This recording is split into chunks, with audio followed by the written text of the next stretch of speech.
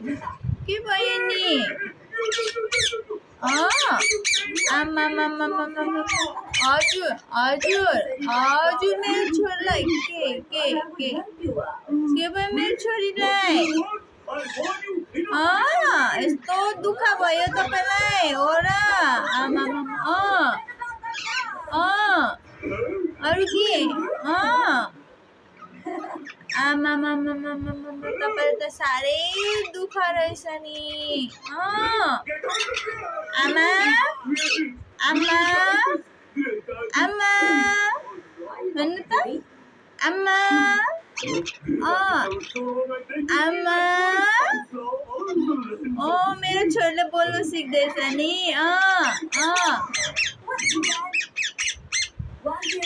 हजुर हजुर हजुर हुन्छ बुझेँ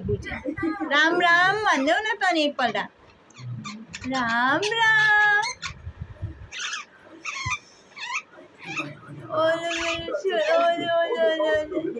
के खाने अनि भोक लाग्यो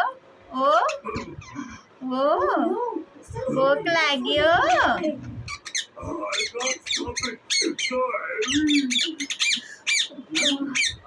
कान दुख्यो मम्माको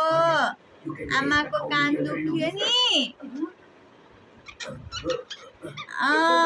कानमा होइन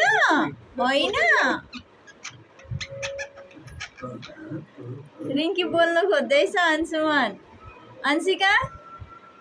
रिङ्की बोल्दैछ हेर्नु ल रिङ्की मैले बुझेँ भोक लाग्यो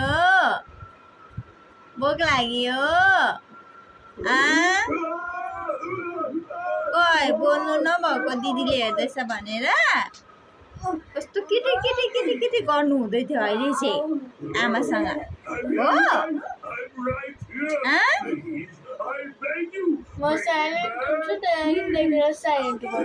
रिङ्की मेरो छोरी के भयो अब के गरेको थियो त्यो हुँदैन रिङ्की हुँदैन